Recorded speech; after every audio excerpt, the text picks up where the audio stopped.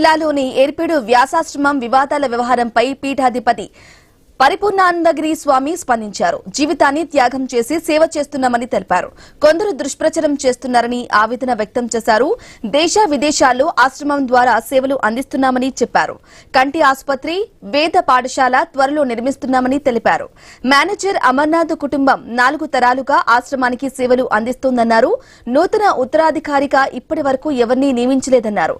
శక్తి ఉన్నంత వరకు భక్తులకు సేవలు అందిస్తానని పరిపూర్ణానందగిరి స్వామి స్పష్టం చేశారు.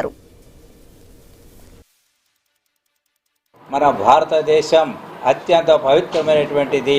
మన భారతదేశంలో మనం జన్మించడమే భగవంతుడు మనకి ఇచ్చినటువంటి వరం. కాబట్టి అటువంటి వరాన్ని మనం సద్వినియోగం చేసుకోవాలి అనే సదుద్దేశంతో సద్గురు బ్రహ్మర్షి శ్రీ మలయాళ స్వాముల వారు ఎంతో తపస్సు చేసి శ్రీ వ్యాసాశ్రమాన్ని 100 సంవత్సరాల క్రితం మనకి స్థాపించి ఇచ్చారు. కాబట్టి ఇక్కడ అద్భుతమైనటువంటి కార్యక్రమాలు, ఎన్నో సేవలు ఆ గురుదేవుల అనుగ్రహం చేత, గురు పరంపర స్వాముల వారి చేత దివ్యంగా భవ్యంగా జరుగుతున్నాయి. ఆ గురుదేవుల యొక్క దివ్య సంకల్పం ఏమిటి అంటే 600 సంవత్సరాలు దిగ్విజయంగా ఈ కార్యక్రమాలు జరిగిపోతాయి అని వారి యొక్క దివ్య సందేశాన్ని, సంకల్పాన్ని చెప్పారు.